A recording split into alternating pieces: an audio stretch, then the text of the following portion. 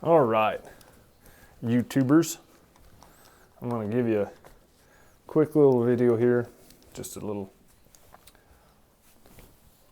snippet about snaffle bits. So there's a jillion different kinds of snaffle bits. I've got 2 of them here, and I've got them all kinds of tangled up. There's a gazillion kind of snaffle bits out in the world, and I've got a bunch of them too. Can you see it from there? Okay, I've got a bunch of them too. And these 2 that I'm going to show you are basically the only 2 I use. The other ones that I use are if something has gone wrong, whether the horse comes to me and something's gone wrong, I still start with these, or if I've done something wrong or something ain't working out. So this first one, this is a Dawn Dodge, and what you're getting out of a Dawn Dodge is just more surface area right here. An egg butt, a D-ring, a full cheek, a half cheek.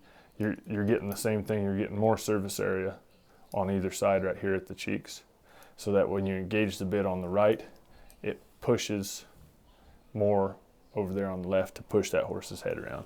And this is, of course, assuming we've taught them to give, then they point their head to the right in their travel. If we haven't taught the horse to give, then when that pushes on their left side, they push back. And that's where you get these horses that turn like that.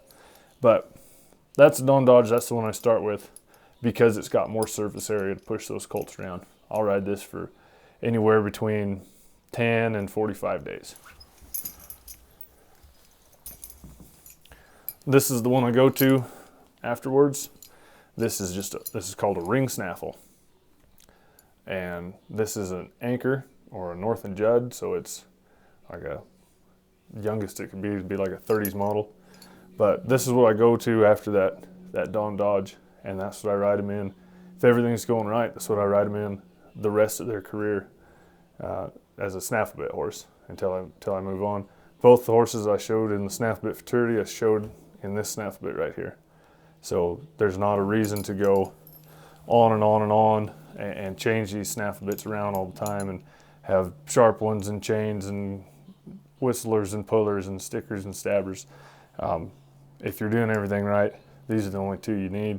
And the Dodge is just my preference. I know a lot of guys that don't even do that. So that's it. Keep it simple, stupid. It's the basics. But the only other thing I want to point out is that these are made out of iron that will rust. I won't put anything in my horse's mouth that won't rust. The one exception is Monell, and I do have one snaffle bit made out of Monell. But I like them to where they'll rust. That other snaffle bit, when I bought it, it had bluing on it. And usually if a bit has bluing, I'll take a torch and burn that bluing off. But that had copper in it too, so I didn't figure I could get away with it. But the bluing will wear off. But look for something that's got actual iron that'll rust. So there's that. And for those of you on Patreon, I'm going to do a more in-depth video starting in like 48 seconds, 48.4 seconds probably. I'm going to do a more in-depth version of this and explain exactly why I do it the way I do it. So peace out, homies.